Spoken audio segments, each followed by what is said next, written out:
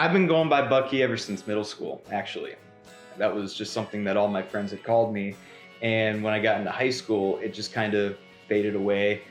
And it wasn't until I met my very good friend Isaac Bogus that actually started calling me Bucky again. And he said that's how it's going to be, and that's what we're going by it now. Just kind of grew into it.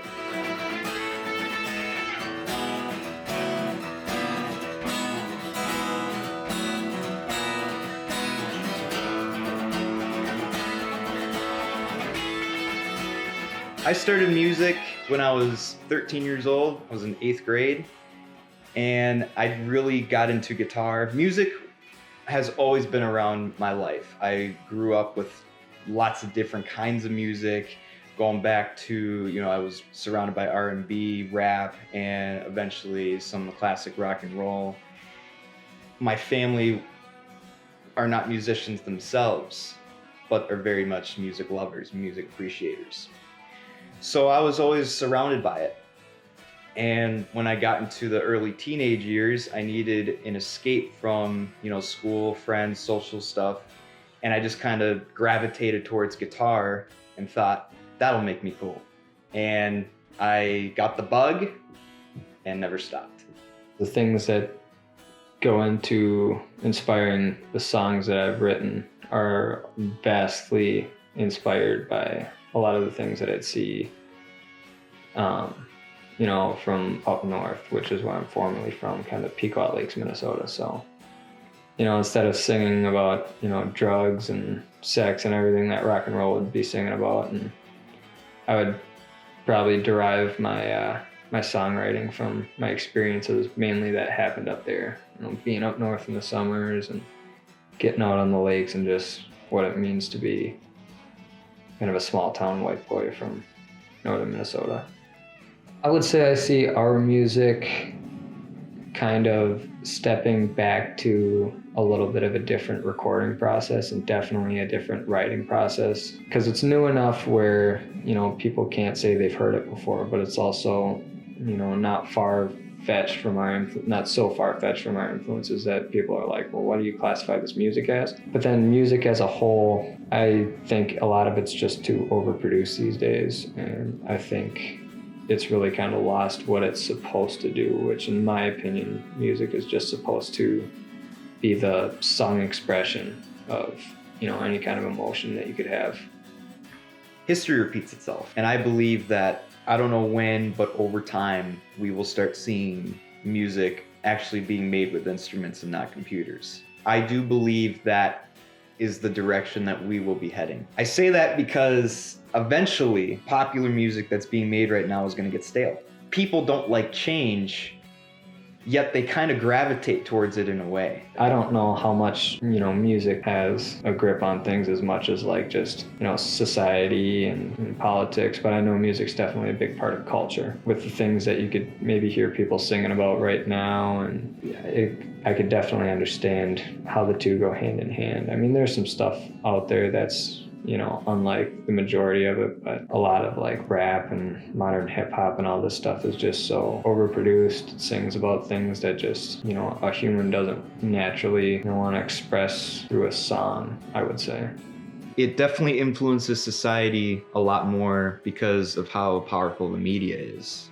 It sways people. What I would want to see get changed from it is I want to put out music that's meaningful and that connects with people, because I think there is still music that's being made that people can relate with and connect to, but in my humble opinion, it can be just background noise.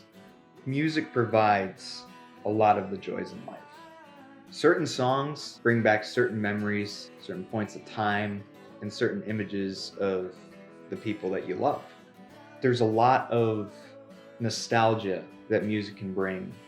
And there's also a lot of hope and redemption. There's also connection. I think music keeps a lot of people who are going through the hardest or the best parts of their life. It just reminds them that, there's always the next day, because there's always one more song on the playlist. There's always another album. There's another song. And having that provides a lot of joy. There's a song by the Allman Brothers called Ramblin' Man. And I remember hearing that song probably when I was about 4 years old, driving around in my dad's truck with him down on the Minnesota River, and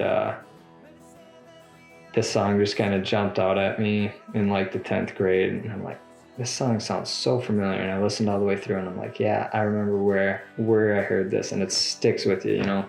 Because the difference between a 10th grader and a 4-year-old is, I think, over a decade, if I'm not mistaken. So it's just kind of funny how music can have that kind of effect on a person. So Music's always going to be a part of my life. Music is not going anywhere. I know that later in life that I'm going to continue to do it. I really see myself ending up where I have the freedom to play as much music as I want. I know for sure I'm going to have studio, sanctuary filled with gear because I collect way too much gear, and that's also not going to change because it makes me feel good, and it's just going to be comforting. I also know that it's going to be earned as well too, because I know that there's going to be a lot of effort and a lot of stuff that is going to be going into that, but it's going to be well worth it. So I see myself in just not necessarily isolation or reclusion, but just a little bit quieter environment. What does music have to do with the joy of life?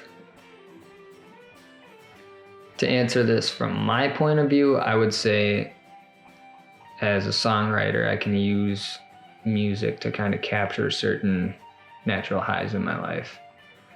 You know, I write songs about, like I said, being up north and all that stuff, and it's like, well, you know, regardless of where I am 5 years from now, I can look back and, you know, it's like a sonic memory. It's something that is a reminder of what that time sounded like to me over audio. Yeah, I'd say that's the best I could probably describe it.